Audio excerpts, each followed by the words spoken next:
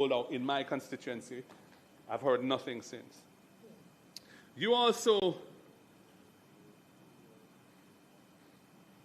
I should say that our electricity empowerment program would help low-income houses regularize connections, supporting rewiring inspection and solar panel installation. This is not just about reducing electricity theft. It is about restoring dignity and security in people's homes. It's about bringing everyone into the light, safely and affordably. That is building back better than before.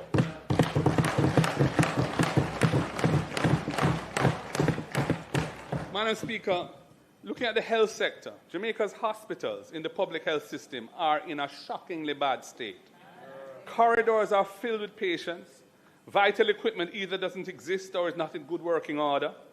The staff are doing the work of 3 people each with the resources of 1. The crisis in our public health system has now been compounded by the decision of this government to terminate the Cuban arrangement. For the past century, half a century, healthcare workers from Cuba have served side by side with our own professionals in our hospitals, in our clinics, under a bilateral agreement that facilitated cooperation, and that has stood the test. That bilateral agreement has been continued on under governments on both sides. At the time when our emergency departments are overflowing, when our operating theatres sit idle for lack of staff or bits of equipment that aren't working, when our nurses are immigrating in such high numbers, this government has chosen to send home, a couple of hundred Cuban doctors and nurses who are on the ground, working in public health facilities and serving our people. That is not building better than before, unless you have something in place to replace it, which you don't. So I say, why not roll out a national health insurance scheme, beginning with full coverage for our most vulnerable? Children from birth to 18 years, seniors 65 years and older, and persons with disabilities. Start with them.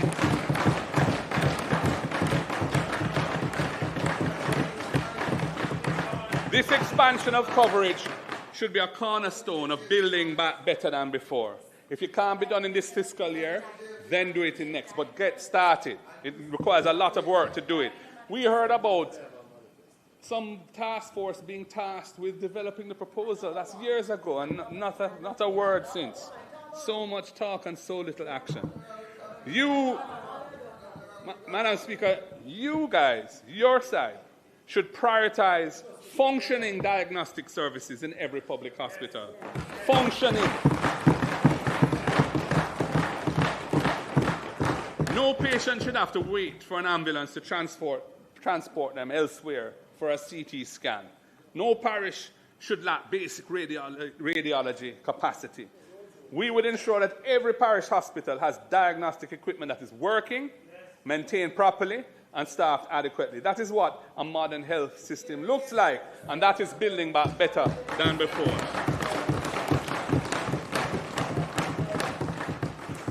And we have this Cornwall regional debacle going into its umpteenth year. I don't know how many years since that project started with a $2 billion budget. 20-odd billion, we don't even know the current numbers, and it can't finish. Now they talk about some dome as a stopgap measure. Well, yeah, great, but finish the project, man. We need proper accountability. Somebody should be held responsible for the mother of all overruns.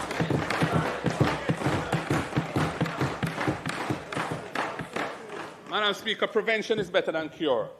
And prevention requires accessible primary care. You should bring healthcare closer to the people who need it most. We will be upgrading community clinics, extending opening hours and installing better equipment. That is building back better than before. You need to restore morale in the health service by restoring respect for those who deliver the service. You should be compensating healthcare workers fairly and providing them with housing support through the National Housing Trust and ensuring that they have the tools that they need to do the job. A stronger, more resilient health system requires stronger, better supported workforce. That is building back better than before. Too many of our people are leaving our shores in healthcare and education and all the professions because they're not being adequately looked at. And it just needs a proper retention plan with some creative thinking. We have come up with that. We've given them a load of ideas as to how to do that. No, they don't do anything. Just talk. Just talk. Madam Speaker, a nation that does not properly educate its children cannot achieve its development goals. Jamaica has a crisis in education with well-documented unacceptable underachievement at the primary and secondary levels, leading to a low rate of tertiary level qualification, and that helps to keep our economy weak and unproductive and uncompetitive. Hurricane Melissa has only made that crisis worse. Damaged schools, poor access roads, disrupted families, heightened economic pressures have pushed absenteeism to unacceptable levels. I heard today where a senior police officer in one of the affected parishes was saying there's some 400 students who are missing from the system. In one parish alone. In one parish alone, 400. That was in today's news. My goodness. Thousands of our children cannot attend school 5 days a week because they cannot afford transportation or a daily meal. This has to be addressed head-on. Madam Speaker, importing 110 old buses for $1.4 billion Jamaican dollars for rural student transportation without following any competitive procurement procedure has, within a few months, been shown to be a very bad decision, if not worse. If not worse. We told you that from the very beginning. Now, after $1.4 billion of purchasing these old buses and another $871 million in operating expenses with a revenue model that has not worked at all, you say that you're switching to new buses. All I can say is, what a tangled web you weave when you practice to deceive.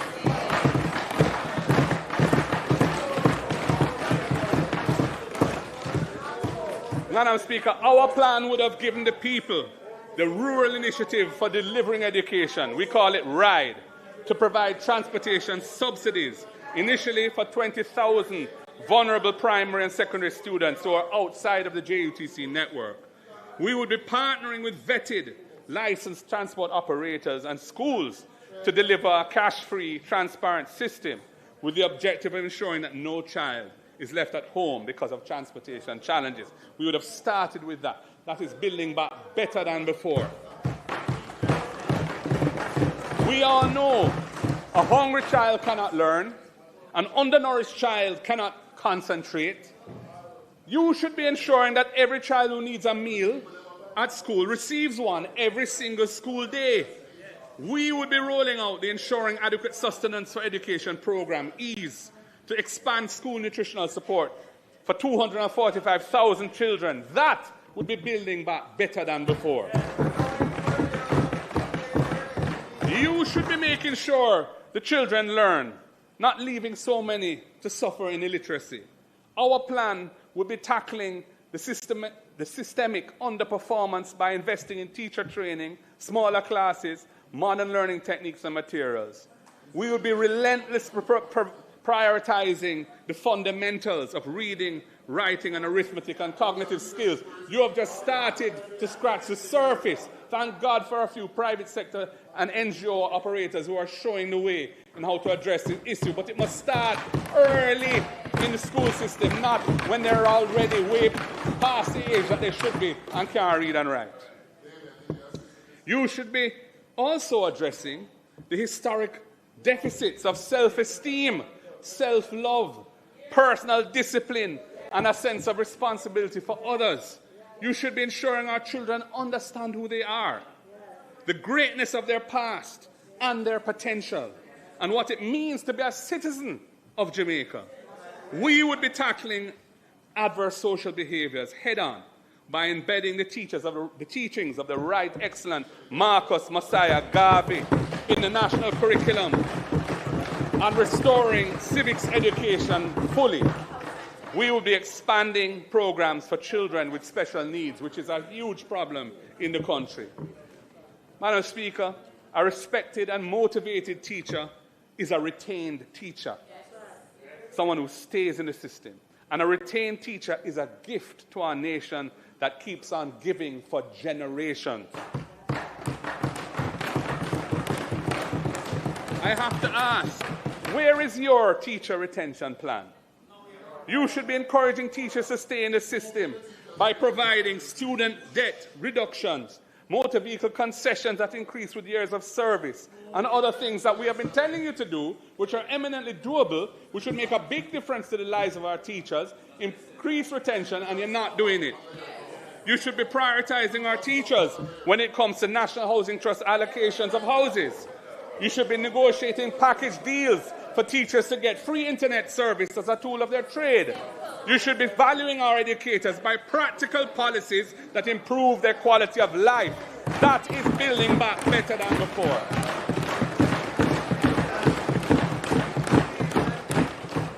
Madam Speaker, only about, I think it's 21% of the eligible population is enrolled in tertiary education, only 21%. And only 15% of the total workforce holds formal tertiary level qualification, 15%. Jamaica cannot move up the value chain and create an economy that delivers wealth for all our people without expanding access to tertiary education and training. Can't be done. You should be doing something about this, but you're failing the people. We would roll out the First in Family Scholarship Program, providing full scholarships for the first person in a family to attend university or college. And our spokesperson for education should take a bow. It was his creative thinking that put that on the table. I want to big him up for that. With the benefit of that investment in their socio-economic upliftment, they could then help their brothers and sisters to do the same. Madam Speaker, education should lift people up, not weigh them down. Education should lift people up, not weigh them down.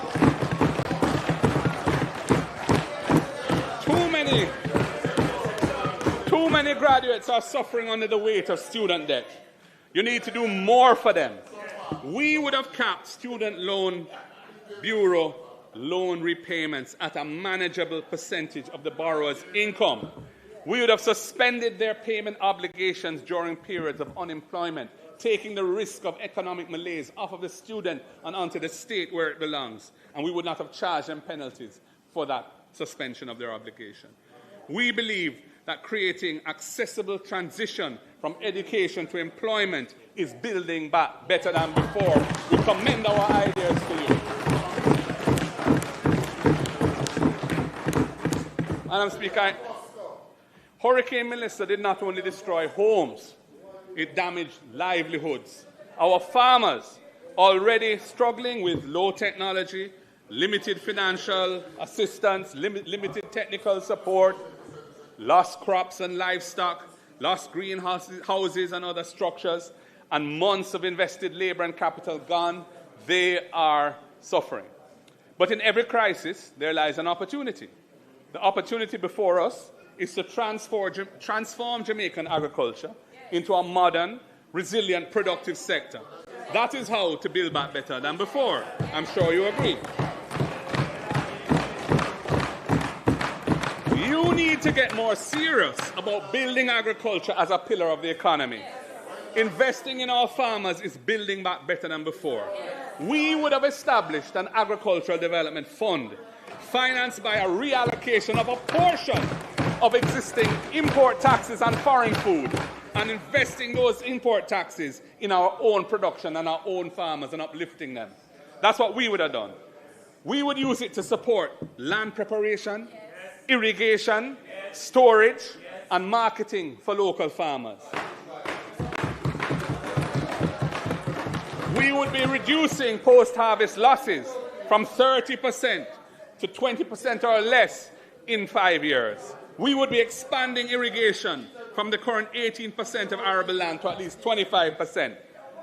Water security enhances food security, and that is building back better than before. Madam Speaker, you should be deepening on that side, should be deepening and strengthening the linkages between farmers and consumers. The school feeding program should prioritize locally grown, nutritious food. Empower our farmers and feed our children. Hotels and restaurants should be encouraged and supported to buy Jamaican. It's hardly happening. Special economic zones should be established for agriculture.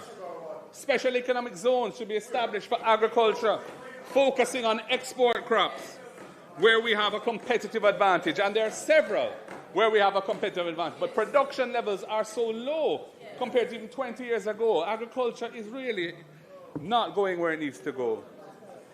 For example, yam, spices, orchard crops, and medicinal cannabis. I hope you make a difference in that area, because your predecessors have been hopeless. I'm really looking forward to seeing you make some progress. Wants the action.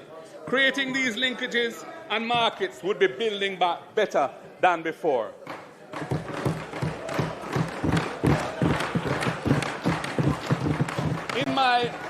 In my 2024 budget presentation, I spoke to the need for greater transparency and rationality in how food import permits are allocated. Imported produce that competes with local farmers raises serious issues of fairness, as the playing field is not level when farmers in North America and Europe benefit from massive state subsidies alongside other advantages such as economies of scale. The system of granting import permits is also conducive of corruption. At that time, when I said it, onion imports were causing losses to farmers when there was ample local supply. It is distressing to read in the media once again of a large onion farmer thinking of giving up agriculture and going into another, in the minister's constitution, well, there you go, going into another profession because of the market being undermined by cheap imports. Madam Speaker, this is not just bad policy. It is infected with nepotism. I have seen the customs declaration for an imported shipment of 1,300 bags of onions brought in by a communications company owned by a JLP activist and former MP. I've seen it. I can share it with you if you want to see it. The system of granting import permits needs to be overhauled and put on a transparent footing. And Madam Speaker, priority must be given to importers that represent and support the affected farmers, not politically connected margin gatherers. If you get the privilege of making money out of imported food, those profits should be in the agricultural sector to help build it.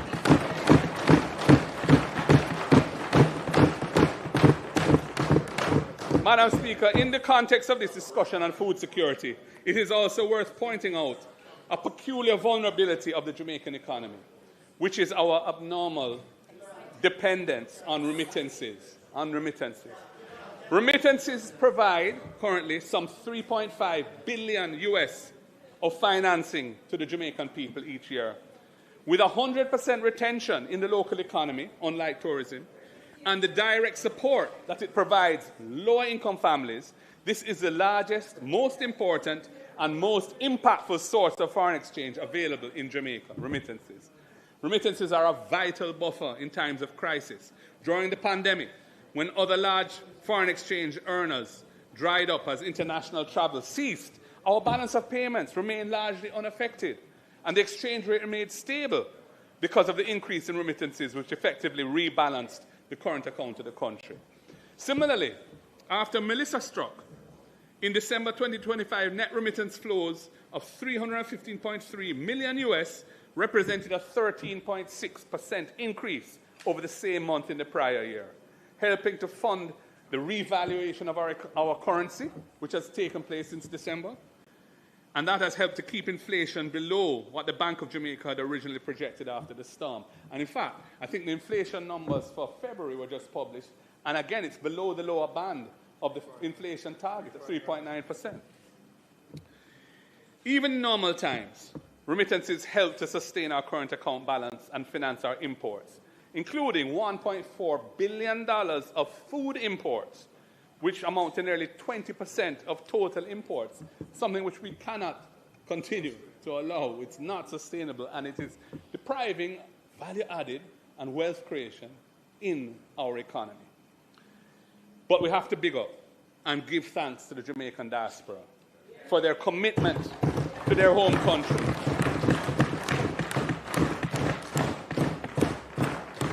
and their families' backyard. Their role in our economy is fundamental, and they deserve to be treated as worthy partners and facilitated in their participation in national development. At the same time, we must acknowledge that over the medium to long term, remittance flows are vulnerable to external shocks. We can't assume we'll always have that. We are seeing this with the recent 1% tax on certain remittances in the US, which came into effect in January, the intensification of deportations from the US. Madam Speaker, as generations evolve from persons who were born here to their descendants whose ties to Jamaica are necessarily less direct, it will also have an impact. This means that in building back better, we must be mindful of the strategic imperative of reducing our dependency on imported food and imported energy, and drive a fundamental shift towards greater production to meet our population's needs for energy and food. Time come for that. We have been dragging our feet too long. Madam Speaker, the images that emerged after Melissa will stay with us for years. Families sifting through rubble, children sleeping in schoolrooms, community centers, elderly persons exposed to the elements. Housing is not just about shelter, it is about dignity. And too many Jamaicans have been denied dignity for too long. When we rebuild, we cannot just rebuild the same vulnerable structures. We have to build back better than before.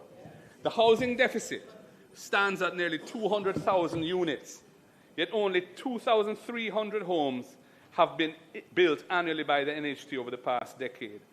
21% of our population lives in informal settlements. This is not merely another statistic. This is a national failure of epic proportions. 21% of our population live in informal settlements. You should be incentivizing development in deep rural communities. You should be offering relocation grants to teachers and healthcare workers to serve in those areas. We would be building at least 500 new houses per term in rural constituencies, and we would prioritize public sector workers and persons with disabilities in the allocation of those houses. That would build back those communities better than before. Madam Speaker, the government must end the annual extraction of $11.4 billion from the National Housing Trust. When it was implemented, it was for 4 years. That should have ended in 2017. 9 years later, it's still going on, and they've announced that they're going to continue it for another 5 on top of that. Our spokesperson for finance has shown how we would finance this in a fiscally responsible way, so you don't have to take it anymore. That money should once again be used for housing, not for plugging the government's fiscal accounts. Creating new, affordable home ownership is the only way we ensure that Jamaicans who are toiling day and night to get ahead actually have the opportunity to own their own home. You are failing as a government to meet the affordable housing needs of the people. That is undeniable. Undeniable. That is why we would have established the Young Owners Deposit Fund out of the resources of the NHT to provide grants of $500,000 to first-time home owners under the age of 45 who have contributed to NHT for at least 2 years. That would have helped them to get on the housing ownership ladder. It is why we'll be granting new home buyers a 3-month grace period after their home purchase, before their mortgage payments begin, so they have breathing room to fix up the house and furnish the house. It is why we would have rolled out the rent-to-own program so that self-employed and informally employed Jamaicans can become homeowners. After 6 months of consistently paying rent, they would be qualifying for an NHT mortgage.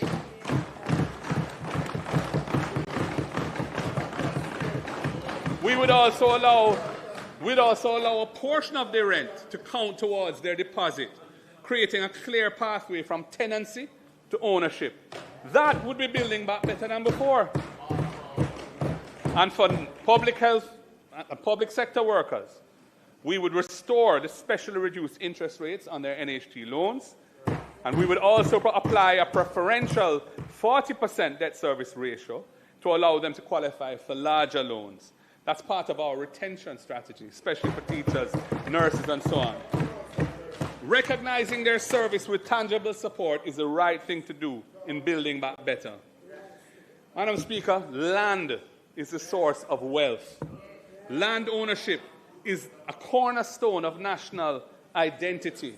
Yet so many Jamaicans, far too many, live on land that they don't own, unable to access credit, can't finance anything, unable to build equity in their property, unable to pass anything on to their children in any safe and secure way.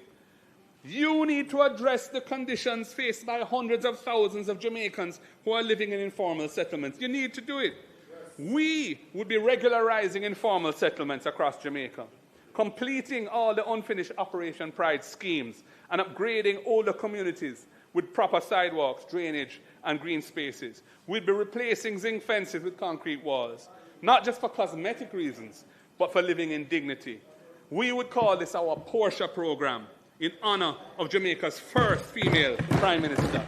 Nobody can take that from her. Sister P always stood up for those who need help.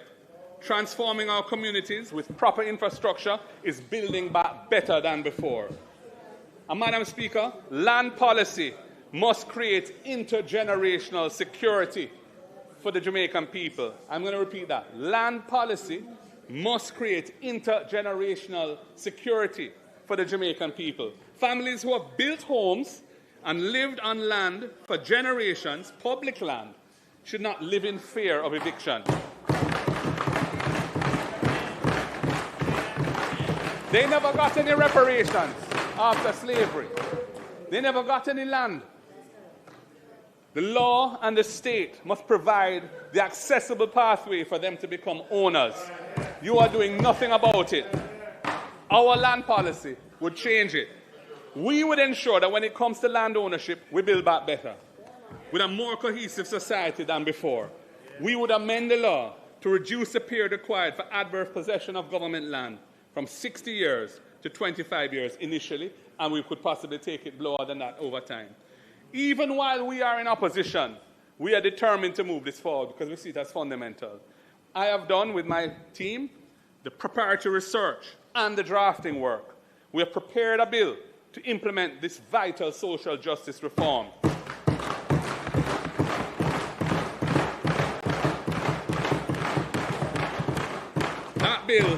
That bill will seek to amend 3 pieces of legislation. The Limitation of Actions Act, which is over 100 years old. The Registration of Titles Act, which is also over 100 years old. And the Cadastral Mapping and Tenure Clarification Special Provisions Act, which is a big mouthful, but it deals with land titling. I will be tabling that bill as a private member's bill after this budget debate. And I'm going to seek support from both sides of the aisle for this reform.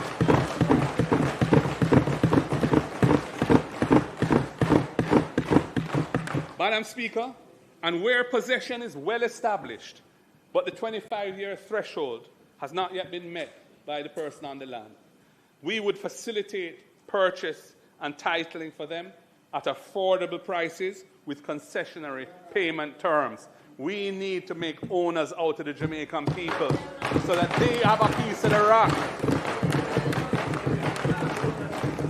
This is social justice, which is a fundamental aspiration of our political movement. That is building back better than before. Madam Speaker, after 10 years in government, what have you done about beach access in Jamaica? More and more beaches are being taken away from the public. Our people are crying out for access to the beaches of the island. You've been dragging your feet on this issue for years. Your policy is stuck in the usual multiple announcements phase. You know, this is announced and then it's announced and it's announced. It's a bit like that project in St. Thomas there where it's open when it's not even, no proper infrastructure. I'm sure it's going to be open a few more times. I see some public bodies have now signed with a big smile on their face to go in there and it's not even ready. We would use the law to guarantee public access while balancing legitimate tourism and private interests. No Jamaican should be barred from the foreshore. Restoring our people's connection to our national heritage should be part of building back better than before. It's very critical. Madam Speaker, Hurricane Melissa left Jamaica's already appalling rural road network in an even more deplorable condition. Farmers in St. Thomas can't get their produce to market. Children in Portland struggle to get to school. Patients in St. Elizabeth suffer in trying to reach health centers. Fixing the road network is an important national priority. It must be done properly to build back better than before. It must place climate resilience at the core. It means proper drainage systems, not pitchy-patchy repairs that don't stand up to the next heavy rains. Culvert and drainage systems designed for climate conditions. Madam Speaker, after 10 years, the government has failed to deliver a comprehensive road maintenance plan. I mean, that's undeniable. We had the Road Maintenance Fund. They terminated that fund. That was a dedicated fund that was supposed to ensure that Jamaica had a proper road maintenance plan. They took it away, used it to guarantee some loan from overseas for some program, and never put anything back in its place, and there was no proper road maintenance plan or policy for years and years and years, and the road network is in a shambles. Now you say that you want to create a one-road authority. You're talking about one-road authority. Madam Speaker, I am not against streamlining responsibilities. I am not against promoting best practices. I'm not against quality assurance. These are important things. However, local authorities must be empowered to execute robust road repair and maintenance programs in each parish. That is a must. That is a must. We would treat road maintenance as a permanent commitment by establishing a divisional road maintenance fund and allocating at least 15 million per division annually for local road maintenance, to be administered through the local authorities. And special provision needs to be made for farm roads. When a farmer can't get yam to Coronation Market, or when a truck can't reach a rural agro-processing centre or the market in Montego Bay, it undermines food security, and we all pay the price. The road from the farm to the fork must be passable, reliable, and resilient. We would include a further amount of at least $5 million annually per division in rural areas to maintain farm-to-market roads. That would be building back better than before. And by doing it through the local governance network, you're empowering local communities. It would avoid the pitfalls of centralized bureaucracy.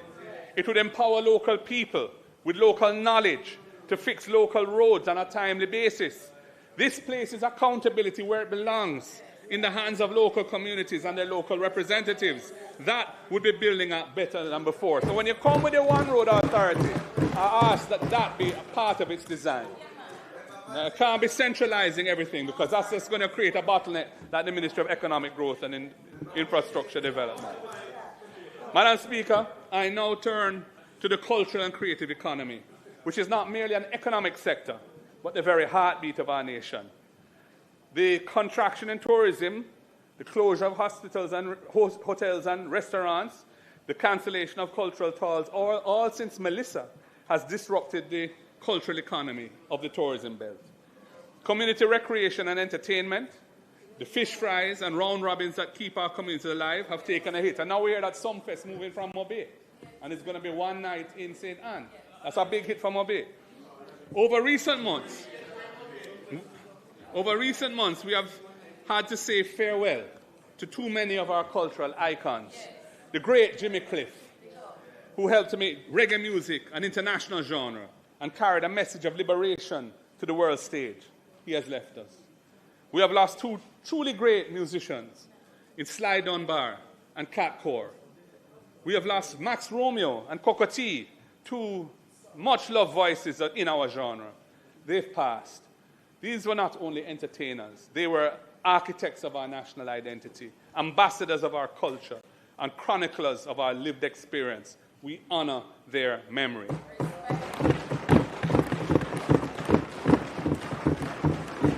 It is in this context that I renew my call, made in this House repeatedly over the past years, for the conferral of the Order of National Hero on the Honourable Robert Nesta Marley and the Honourable Louise Bennett Coverley. Bob Marley is not just Jamaica's most famous entertainer, musician, performer. He is a global symbol of one love, of unity, of resistance to oppression in all its forms. His legacy continues to grow and inspire all peoples of the world. He is deserving of our highest national honor.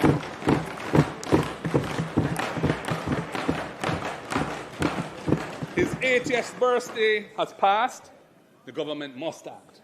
Miss Lou's pioneering performances and poetry in the Jamaican language provided deeper consciousness and self-affirmation of our cultural identity and uplifted our national confidence. She should be recognized as our second female national heroine. Madam Speaker, in building back better, you must ensure that our artists, our musicians, and our other creatives have access to financing, have access to training, and have access to markets. Right now, they're too often on their own. We would establish a $1 billion revolving creative economy fund to support our creative practitioners in the entertainment, in arts, in fashion, in culture. Investing in our globally competitive cultural assets will help to build back better than before. Madam Speaker, the current system for obtaining permits for entertainment events is fragmented, frustrating, and often unfair, especially in communities that are stigmatized, like some that I represent. The system needs to be made simple, it needs to be transparent, and it needs to be fair. Why haven't you fixed this after 10 years? We need less talk and more action. Our plan would have seen us establish a single window, one-stop permit system for entertainment event applications, transparent and fair. We would build back a cultural economy better than before, because when we invest in our culture, we nourish the heart and soul of Jamaica. We recognize the importance of culture and the creative industries in general, and the entertainment sector in particular, in providing livelihoods and driving commerce at the base of the economy. It is a very important sector. Madam Speaker, I move to small business. If you want to gauge the buoyancy of the Jamaican economy, look at the stock market under this government. This government has presided over 5 years of dormant valuations, sluggish listings, diminishing returns, and wealth. But what about the market vendor, the corner shop owner, the mechanic, the hairdresser, the small contractor? These should be the real engines of our economy, but they are struggling. You must empower MSMEs with concrete, practical support. Jamaica's informal economy has been estimated at 40% of the overall economy. This inhibits, I remind you that in 2015, Jamaica had the best performing stock exchange in the world.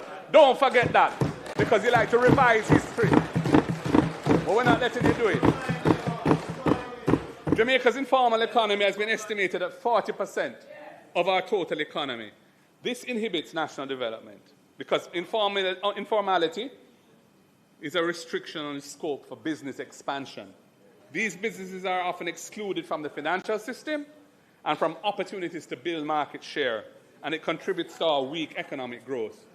The informal economy, Madam Speaker, the informal economy is large, not because Jamaicans want to be outside the system, but because the barriers to formalization are high, and the incentives to do so are unreachable. The cost of compliance when MSMEs seek to formalize, both in terms of fees, in terms of effort, are burdensome. Too many of Jamaica's bureaucratic systems are business unfriendly. Even government programs for MSME support that are announced and funded year after year have failed to have the desired impact. Their design and the requirements imposed fail to take the limited capacity of MSMEs into account. And so we don't have transformation, we don't have transition to a better economy. You must lower these costs and remove these barriers. That's your job.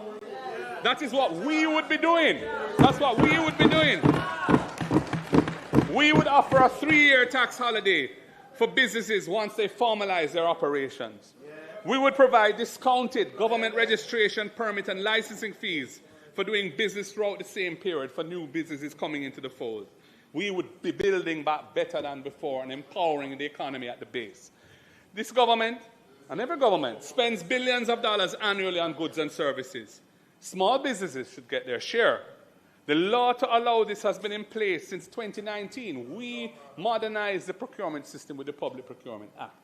Regulations took a long time to come after we did that. 2019, they came with provisions for setbacks and margins of appreciation for vulnerable and underserved groups, etc. 2019, nothing has been done to make it happen. 7 years later, you're saying you want to do it now. Well, let's see. This cannot be just mere talk and more of the same. You should be proactive in pushing these arrangements to favor MSMEs.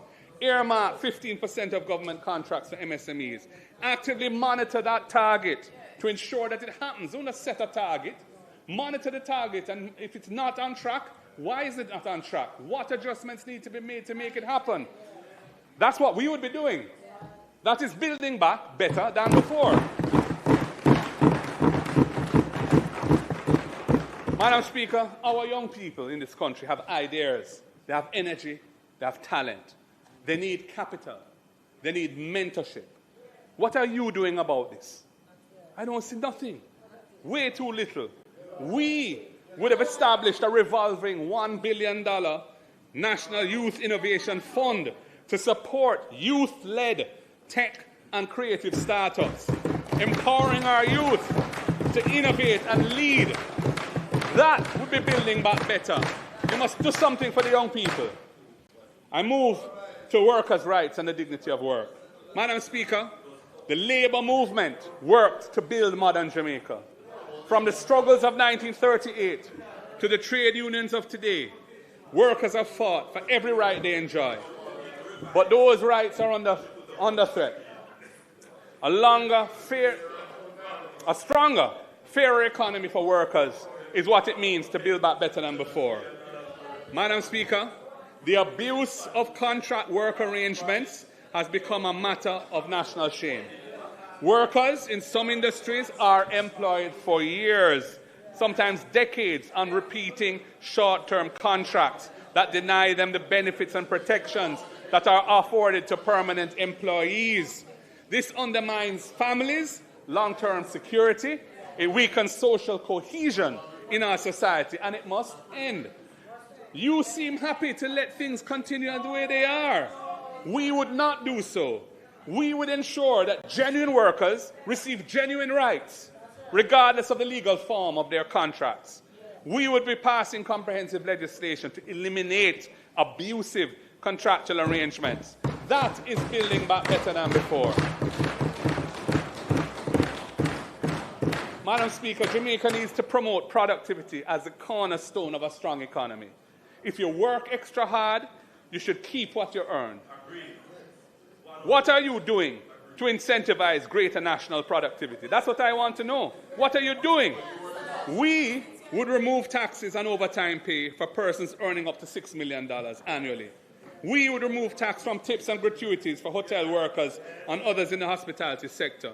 We would establish joint industrial councils in sectors with high employment but low union representation, bringing employers and workers together to negotiate basic standards on pay and conditions that will attract workers to those industries. Right now, they're struggling to find employees because the conditions of work and other terms are not attractive. That needs to be fixed. That is building back better than before. Madam Speaker, no Jamaican in full-time employment should be living in poverty. We would task the Planning Institute of Jamaica with developing a framework for transitioning from a minimum wage to a living wage, tied to the actual cost of living and adjusted annually for inflation. This would be building back better than before. No more arbitrary increases and so on. It would be a better system. But, Madam Speaker, while doing these important things for the workers, we must not leave out the employers. In taking on the risks of business, they create employment opportunities for our people. They tell us that one of their biggest challenges right now is finding skilled workforce, a skilled workforce that their business needs.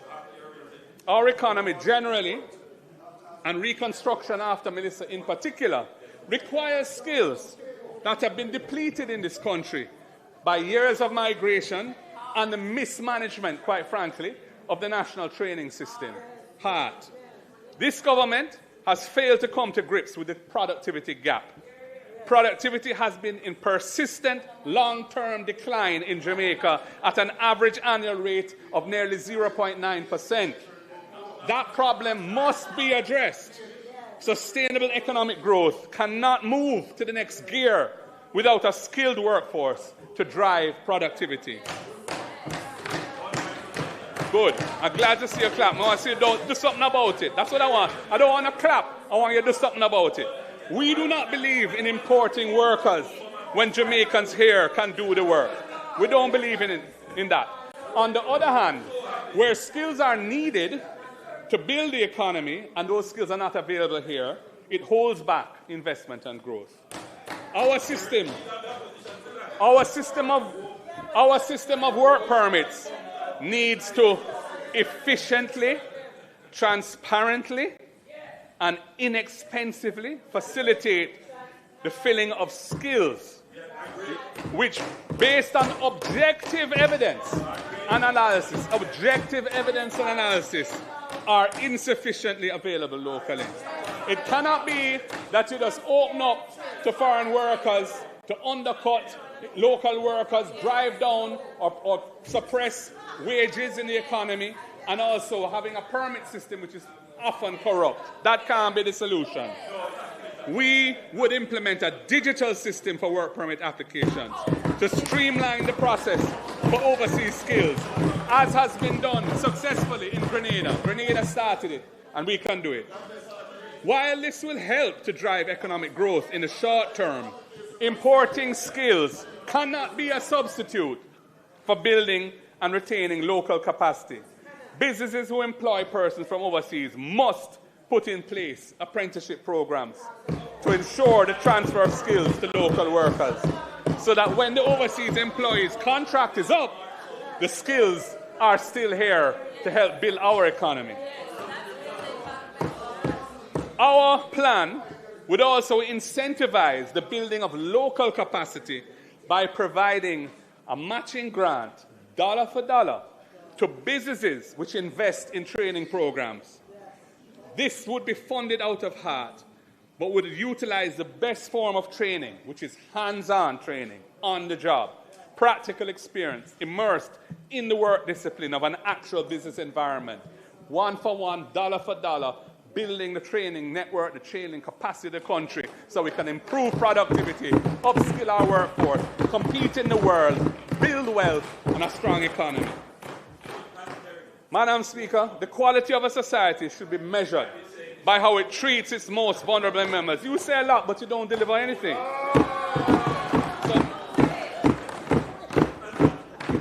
Our senior citizens, much of whom have spent their working lives building this country, too often struggle to access their pensions on time. Persons with disabilities face barriers in transportation, housing, education, employment, and daily life. Survivors of domestic violence seek shelter and find waiting lists. That's what's happening. What are you doing about these things? That's my question. What are you doing about these things? The slow payment of pensions, the need for accessibility for persons with disabilities, and domestic violence victims.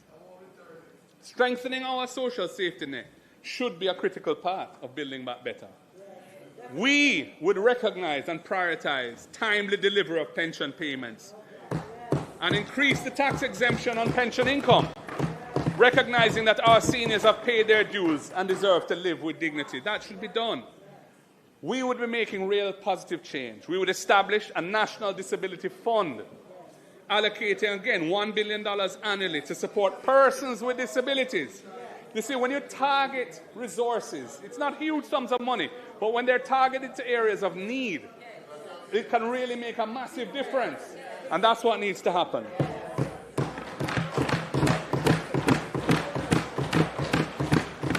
That fund would be providing assistive technologies, improved accessibility, and supporting organizations that serve the disability community. We would increase past benefits for pregnant mothers, ensuring adequate nutrition during pregnancy. We would establish support centers in every parish for survivors of domestic and gender-based violence, providing safe havens, counseling, and legal support. Every parish should have a center for that type of care and protection, because gender-based violence is a big problem right across the country. We recognize that important, unsupported social outreach of the church community and other faith-based organizations. We recognize how important that is. They assist vulnerable Jamaicans, especially in underserved communities. We would be establishing a faith-based community transformation fund, funded with $1 billion annually, to support the programs of churches and faith-based organizations that strengthen families, that promote economic resilience, and build community cohesion. They are filling a massive gap in underserved communities, but they struggle. They could do so much more. They have the wherewithal, they have the good intent, they know the people on the ground. The state should get behind them and help to make them make a big difference.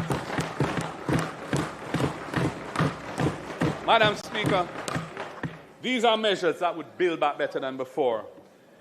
Now, all well-thinking Jamaicans, welcome and celebrate the significant fall in murders in Jamaica over the past 2 years.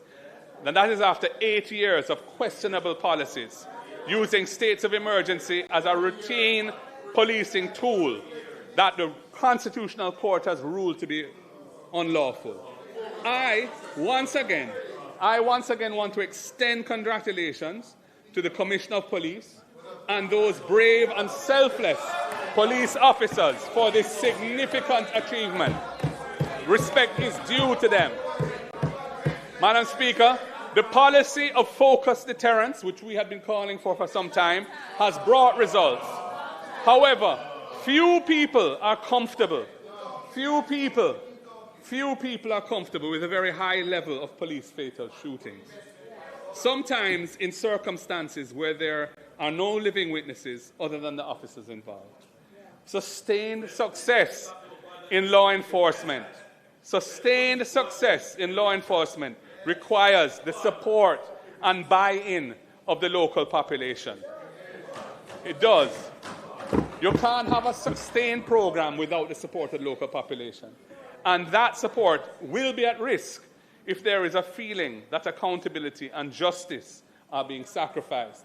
And I've experienced this recently in my own constituency. It's a matter that is probably going to be before the court and so on. I'm not going to speak to it in detail. This is why I once again call for the introduction of body-worn cameras, especially on special operations, when many of the controversial fatal shootings take place. It is not happening. Don't tell me it's happening. Body-worn cameras have been successfully used overseas and are now the norm in several jurisdictions. Madam Speaker, the Jamaica Constabulary Force will benefit. The force will benefit from the enhanced confidence that it will bring among the population when they are assured that there is accountability on both sides for what happened and that they are here to serve and protect. It is a win-win, and I encourage the police to roll it out quickly. Madam Speaker, thousands of Jamaicans are trapped in a cycle of debt, which prevents them from moving forward. They owe property taxes, they owe traffic tickets, they owe water bills, they owe student loans. Interest and penalties have often grown larger than the original debt, and they cannot see a way out. Providing a genuine second chance to these Jamaicans so that they can start over again is a powerful way to build back better than before. we should offer them a second chance for a clean slate. We would give people some room to restart and recover. We would forgive outstanding interest and penalties owed to the government on these debts. And we would provide a moratorium payment for the repayment of principal. This is an investment in economic activity. When people are freed from the weight of unpayable debt, they can start to build back their lives. Most often, they benefit from learning where they went wrong before and avoiding repeating those past mistakes. You won't get 100% improvement, but in any good idea, if you're getting majority benefits, and that's worth doing, many will start businesses. Some will buy homes. They will contribute to the economy. Madam Speaker, clean slate is not just compassionate. It is economically sound. It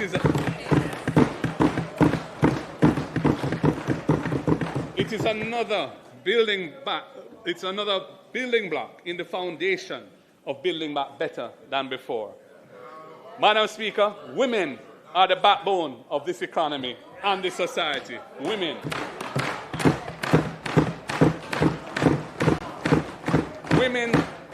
Women run our markets.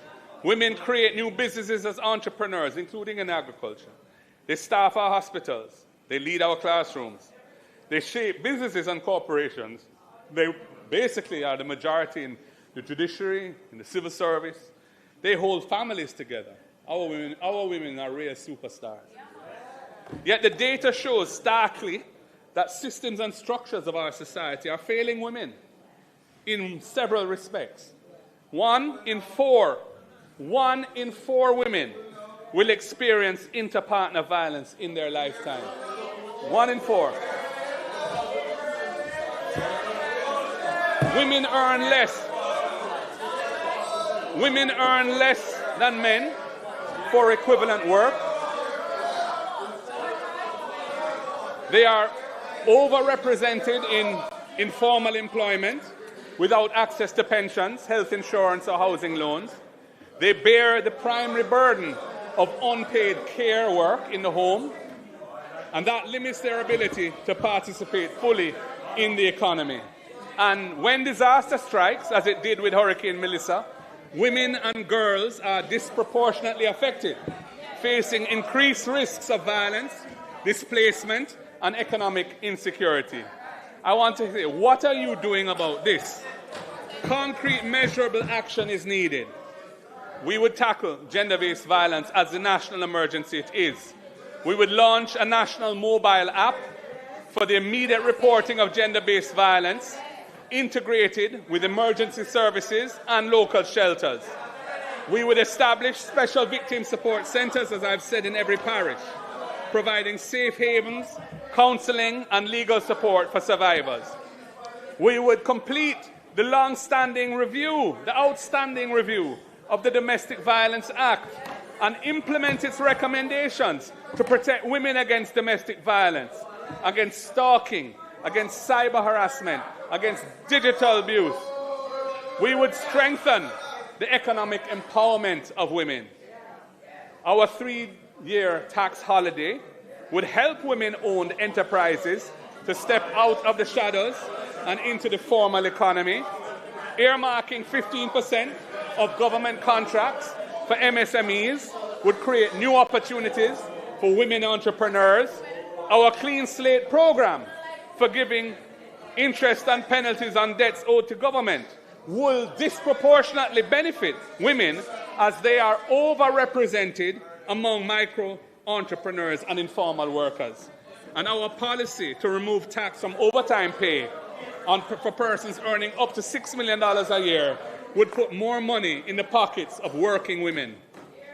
Our policies on ending the abuse of short-term contracts at the workplace and the establishment of joint industrial councils in sectors where union representation is low, such as tourism and retail and security, would benefit women who are predominant in those sectors.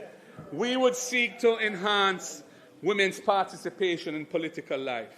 For the first time, over 30% of our candidates in the last general election were women.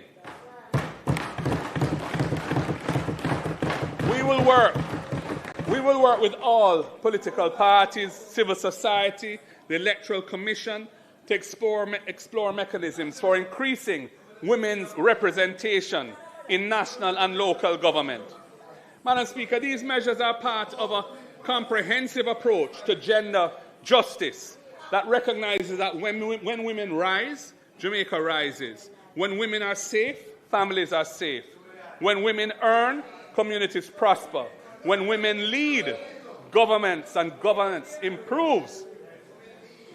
Because building back better than before means building back fairer, building back with justice, building back so that every Jamaican, regardless of gender, can live in dignity, security, and hope, there must be an activist policy in this area. That is our commitment, and we are assured that it would mean building back better than before.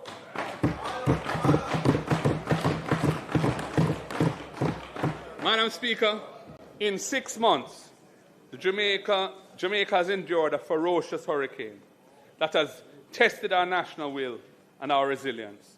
The war in the Middle East will reverberate across the globe to our shores, threatening supply chains, pushing up prices, making daily lives even harder.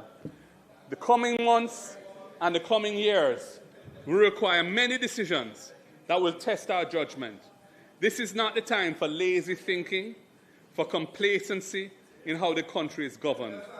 As we have shown in this budget debate, there is a better way that things can be done, from the design of the budget itself to the prioritization of things that can make Jamaica stronger and make life better for our people.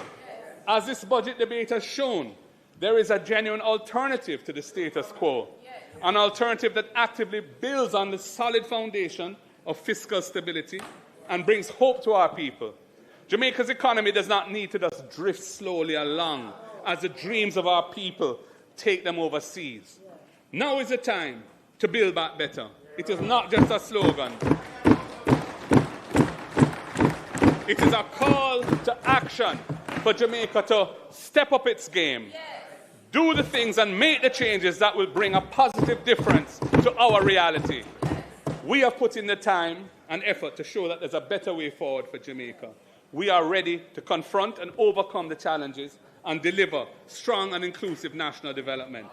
Yes, it is possible to build a Jamaica where every child can learn, where workers earn value for their effort, where businesses can grow, where each family can own a home, and where every citizen can live with dignity. May God bless the people of Jamaica and this beautiful land we call home. Thank you.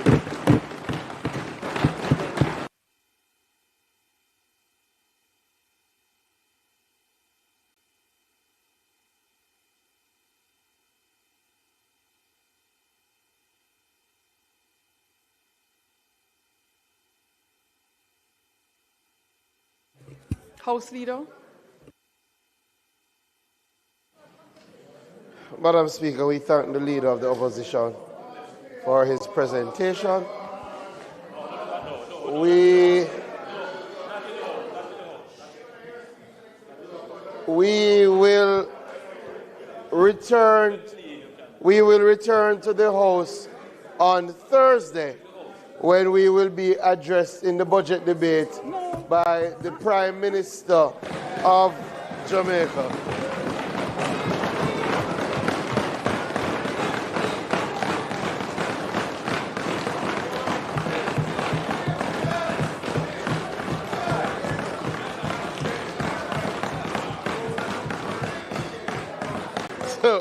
Madam Speaker, so we now move to suspend the budget debate and return on Thursday, and it is intended to do no further business today. So I ask that the House be adjourned until Thursday,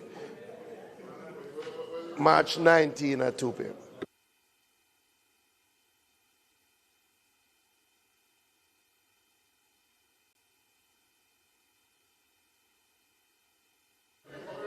As indicated by the House Leader, the request is that we suspend the debate until Thursday, March 19. Those in favour?